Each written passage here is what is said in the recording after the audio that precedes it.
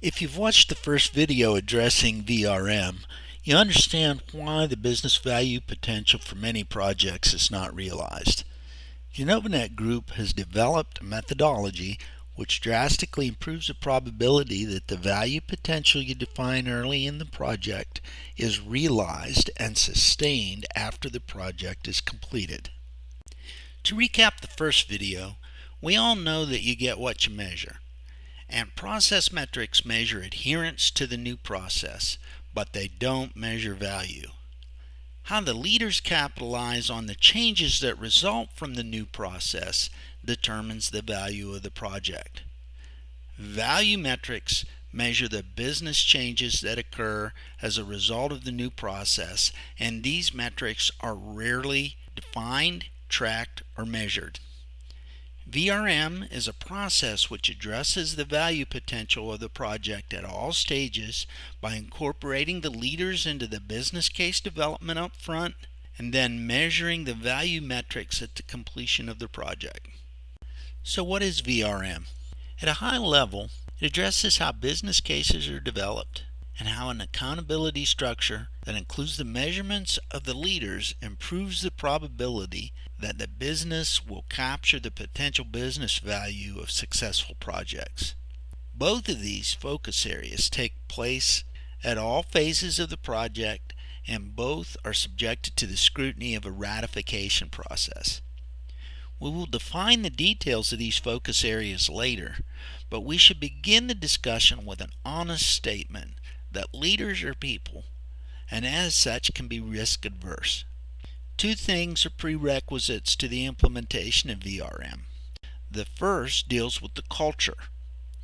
To ask the leaders to commit to future actions that result from a process improvement won't happen if the culture doesn't embrace risk-taking.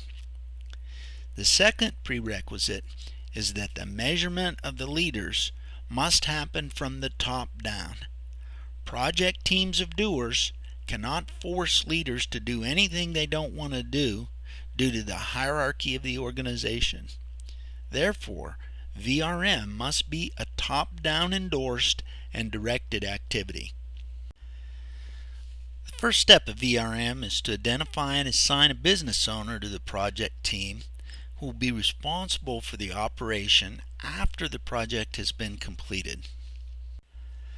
The business owner must have ownership for defining the value proposition, because under the VRM methodology, he or she will be responsible for capturing this potential business value at the project completion. The business owner will work with a project team to define the impact of the implementation, and at that point the business owner will establish what assumptions will be used to determine the project business value given a successful project. VRM also includes the use of a standardized business case reporting tool, which includes projected costs, savings assumptions, schedule, and value proposition in a standard template. This allows ratification bodies to evaluate projects consistently from project to project. At all stages of the project, the business case, including the value proposition, must be presented and ratified by the project oversight leadership team.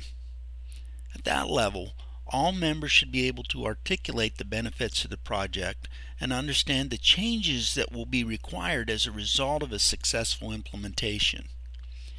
These assumptions can change over time as the project progresses, but the business owner, not the project manager, should present his or her beliefs regarding the value proposition to the ratification team. Value metrics are driven based on the value proposition. If the value proposition was to increase production by 10%, then that should be measured. If the value proposition was to reduce overall costs by 10%, that should be measured. The overall impact of doing the project should be what drives the value proposition, and that should be what gets measured, and the business owner is the person responsible for making it happen. The first step of establishing an accountability structure is to define a process flow swim lane. This is a classic Lean Six Sigma tool that defines the requirements of the doers and the sequence of events and interrelationships which are planned in the new process. The next step is to identify points in the process where leaders must perform high-impact tasks to ensure that the process is being followed. The development of these steps is done with the assistance and the agreement of the leaders impacted by this effort. By recapping these behaviors, it's possible to compile a plan which addresses necessary key events that must take place for the process to be successful, including the events that must be done by the leaders. The accountability structure is then ratified by the leader's management team. This allows the leader's manager to include these events in the leader's individual performance evaluation and hold the leader accountable for not only the key behaviors of the doers, but also the required activities of the leader. Suboptimum value realization hurts everybody: customers, shareholders, and society.